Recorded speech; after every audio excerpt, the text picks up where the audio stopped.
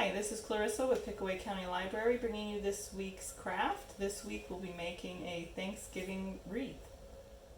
Materials included for this craft are craft sticks in 2 sizes, some string, a paper clip, and save your paper bag, you'll use that later on.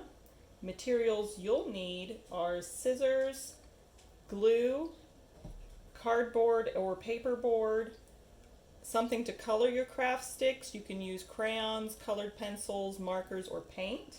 If you're using markers, washable markers work best.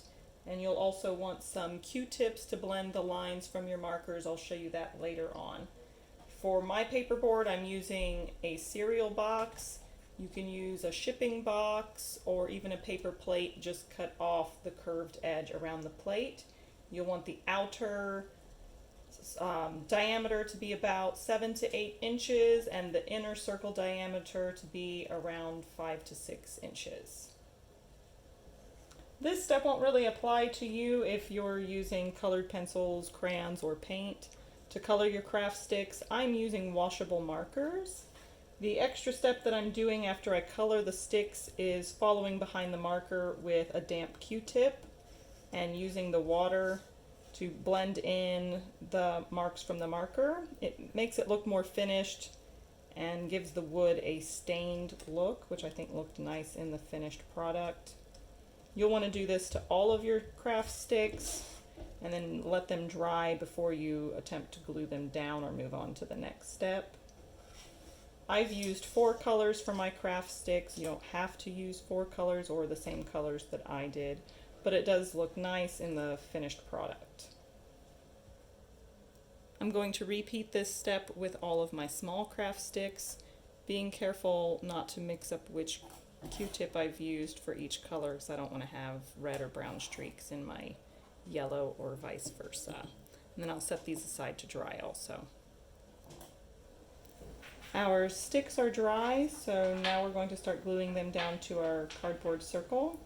I've arranged the larger sticks first since these will be on the bottom. I've spread them out around the circle evenly, sort of as a dry run to make sure they all fit and get the spacing the way I like it. And then I'm going to use liberal amounts of glue and glue down all of these.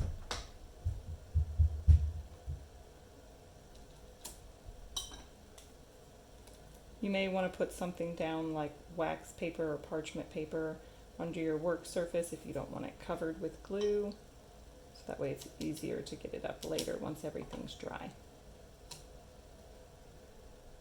To attach the small sticks, put some glue on the back of the small stick towards one end, and then put that on top of your larger wooden sticks, staggering it in between so that it covers a little bit of the seam.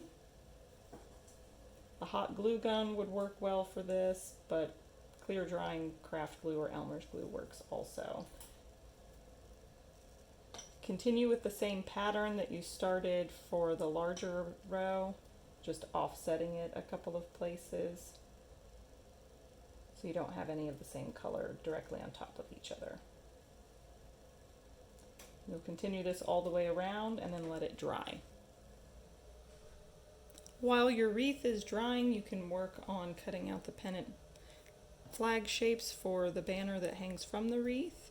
Using your paper bag, you can trace the template that came with your instructions or cut out 10 rectangles approximately 2 inches by 1.5 inches. After you cut them out, you'll want to fold down the top 1/4 inch. This will go over top of the string when you glue it to give it something to hold on to. Fold them over and then you can write out the words "give" and "thanks" on the second row. To attach them to your string, put some glue in the crease and fold that over top of your string. Like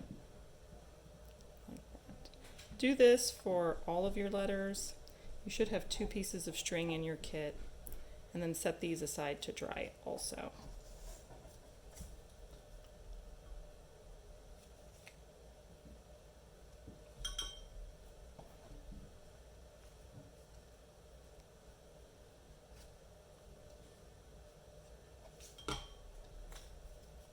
You want to have your letters about 1/4 of an inch apart.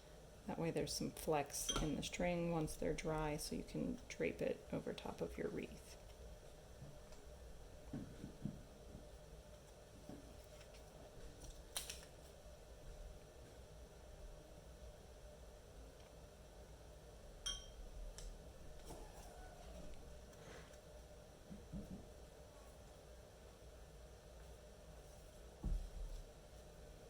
And then I'm going to repeat this with my last 6 rectangles to spell out the word thanks.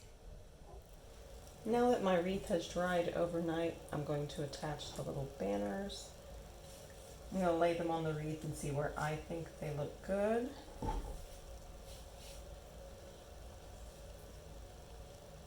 Once you get them positioned the way you want, you're going to tuck the strings through. And then we'll glue these onto the back.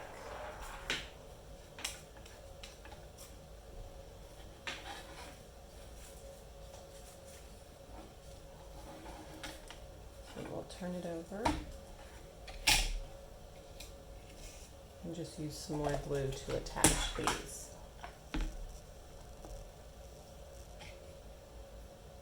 If they hang down, you can trim them off once they're dry. If you have a hot glue gun, that works well for this step too.